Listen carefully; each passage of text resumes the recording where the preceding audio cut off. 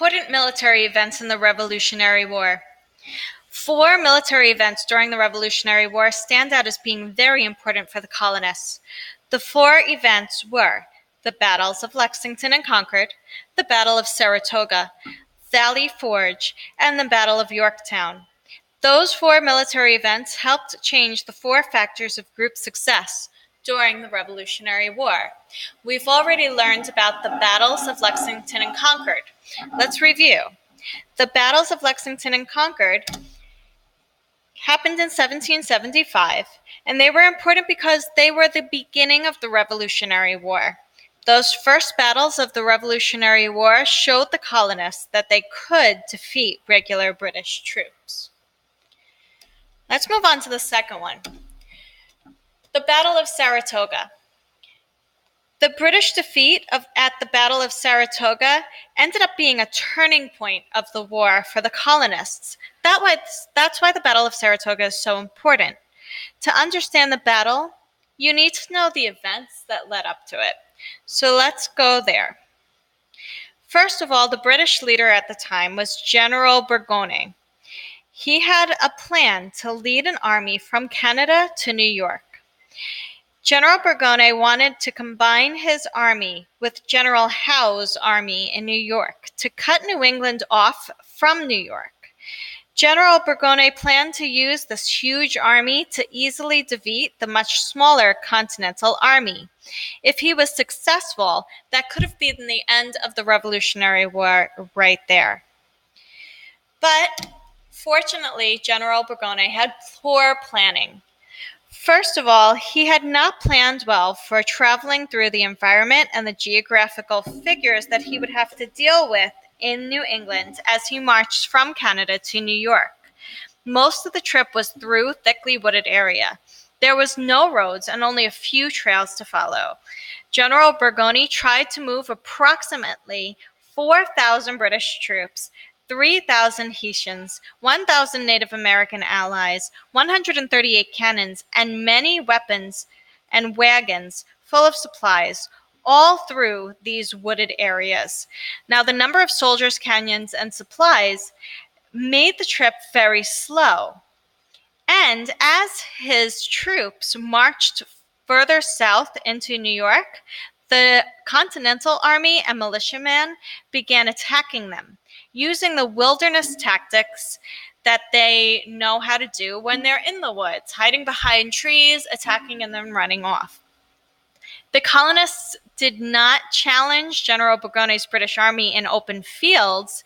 Instead, they shot at the army from behind these trees and rocks and then disappeared into the forests. Burgoyne's army suffered many casualties from these hit-and-run tactics. When the British army did get to a road, they found that the colonists had blocked the roads by chopping down trees. Because the British army was making such slow progress, they used up more of their supplies than the general had planned. So by the time General Burgoyne reaches Saratoga, New York, the British had suffered a lot of casualties and were running out of supplies. So General Burgoyne's army had not met up with General Howe's army, so they didn't have reinforcements. They had less soldiers, many less soldiers than they started with. They had many less supplies that they started with. And without those reinforcements of General Howe's troops, General Burgoyne and his army were vulnerable to attack. That means that they were pretty easy to attack by the Continental Army.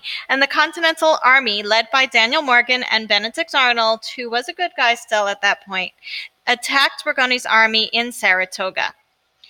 Because of all the casualties, the low supplies, General Burgoyne was forced to surrender to the Continental Army on October 17th, 1777. Now, I said that this was a turning point in the war, and here's why. Here's the effects of Saratoga. The biggest effect was that there became a French alliance. We've talked about alliances before, but let's just review that an alliance is a treaty or agreement between two nations that says they will help each other. Before Saratoga, the 13 colonies had been secretly getting war supplies from France because France saw it as a way to get back at Britain for defeating them in the French and Indian War. The British defeat at Saratoga changed the French government's thinking. Benjamin Franklin persuaded France to help the 13 colonies openly. And that means that now the France weren't just secretly giving them weapons, but now they started sending French troops to help. And they started sending the French Navy to help. And France now believed that the 13 colonies had a chance of winning the Revolutionary War, so the French government was willing to become their full ally and provide them with what they needed in order to win. So that changed the 4 factors of group success that we've learned about. At the beginning of the war, British was going to win because they had all of the advantages when it came to leadership, capability, resources, and motivation. But as soon as the French alliance occurred, it changed the 4 factors of group success. Leadership improved for the colonies, so colonies had advantages now because the French generals, such as Marquis de Lafayette, brought the French army, and French admirals, such as Comte de Grasse, brought the French navy. The 13 colonies gained the advantage in leadership because now these experienced European military officers also came to the 13 colonies to lend their support and expertise. Some of those European military officers were Thaddeus Kosciuszko and Casimir Pulaski of the Polish army, and Frederick von Steuben and Jean de Kalb of the Prussian army. So with this leadership, the leadership improved, and the 13 colonies began to gain that advantage. Capability improved for the 13 colonies to become equal to Britain because the French government gave the Continental Army better rifles and cannons to use, and the French army was well trained and helped train the Continental Army soldiers so that they were equal to that of the British Army.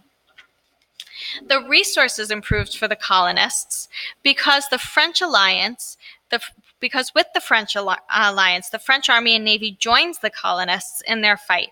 So the combined size of the Continental Army and the French army was now the same size as the British army. The France was also giving them money and military supplies, so those resources improved as well. The size of the armies and navies and the amount of money that was spent on the war was now equal. When we look at motivation, however, that stayed the same. The factors of motivation did not change when the French became involved because Britain still wanted to keep the colonies and the colonists were still fighting for their independence. Let's just do a quick review. France's help after the Battle of Saratoga changed the 4 factors of group success in favor of the colonists. In capability, the French army and the navy made the 13 colonies equal to Britain.